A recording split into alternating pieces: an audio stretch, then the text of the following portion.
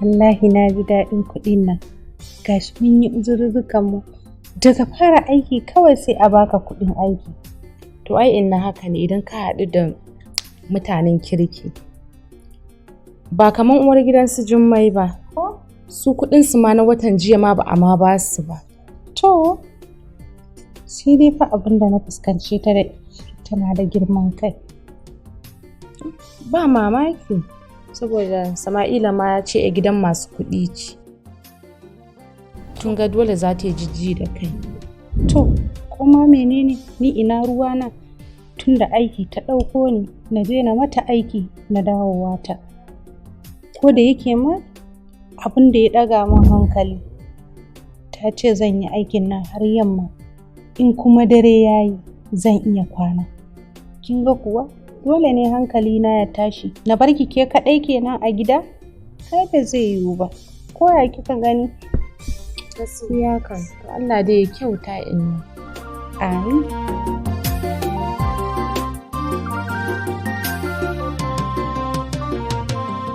Zulai!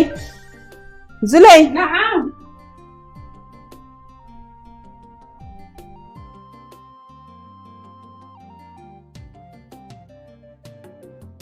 Je ki kawo min ruwa.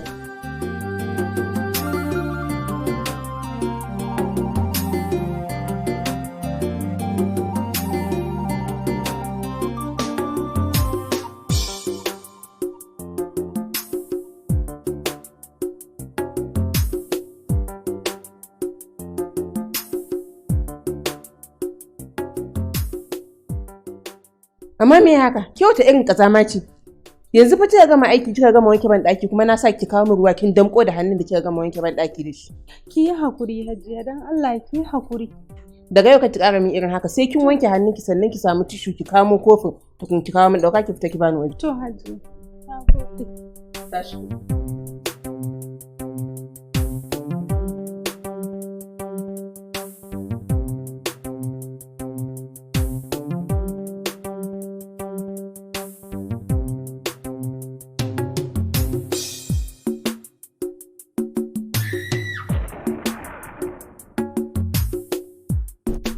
Shamsiyya, wannan yarinyar ta mana wayo, ta sa na karɓi kuɗinta.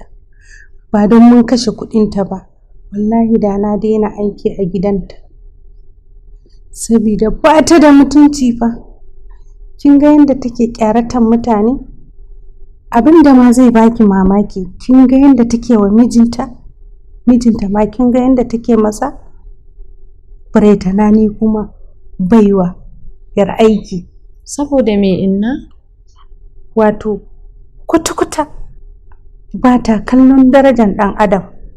Kin ga yadda take daka min sawa har hanjin ciki na girgiza yake yi. Ba don mun riga mun kashe kuɗinta ba, da kwata-kwata na daina aiki a gidanta. Amma bayan da muka iya. Inna sai dai haƙuri. Dama talaka sai ya yi haƙuri. Wataƙila ma tana amfani da talaucinmu ne yasa take mana irin wannan wulaƙanci. Haka ne. In Allah ya yarda wata rana mu ma za mu yi farin ciki. Insha Allahu masu kuɗin nan ba sa kallon talaka da daraja. In Allah ya yarda kamar yadda kika faɗa, Allah zai kawo mana mafita. Sanu inna. Sanu.